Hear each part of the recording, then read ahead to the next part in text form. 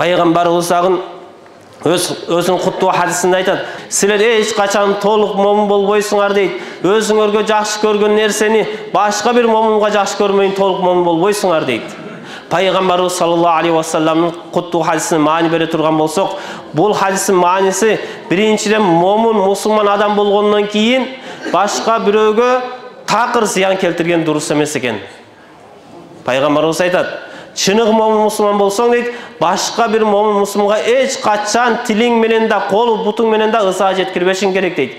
Малы, жаны, абыройы башқа бір момын мұсылманға адал емес екен, башқа бір момындығы. Бұл бірінші мағынасы шындай бұл хадистің.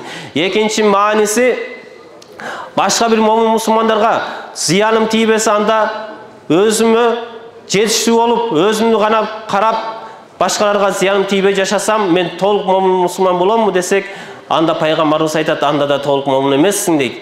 Өзіңді ғана ойлап жашап, өзгені ұмытып қоя тұрған инсан болсақ, анда бұл дағын Алла Тағаланың астында ең бір қадір бақытқа ие болған момын пенде бола албайды екенбіз.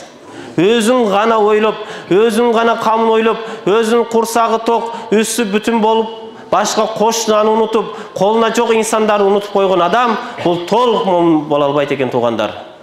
Ошон үшін үшінші мағынасы бұл хадистің мағынасы. Біріншіден башқаларға зиян жеткірбейді екенбіз. Екіншіден өзі ғана ойлап жашабайды екенбіз.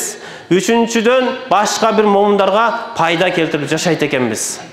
Пайғамбарымыз айтқандай, ахаббун нас анфаухум линнас дейді. Сілердің ең бір жақсыңар башқаларға пайда келтіргендер дейді.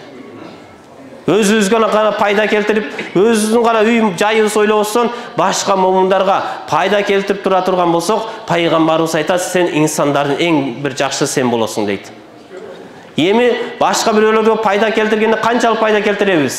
Жаңағы Алла Тағала айтқандай, «Олау кана бихим хасаса» дейді. Өзің ушындай мұқтаж болып тұрып, өзің мұқтаж болып тұрып, ошол сенде мұқтажырақ болған бір инсанды көріп қалсаңыз, ошоға өзіңіз мұқтаж болатқан малды, башқа бір нәрсені бөлішсеңіз, анда мұнда сіз біліңіз, бұл ең бір бақыттылықтың туу чоқсына жеткен нәрсе ушул екен.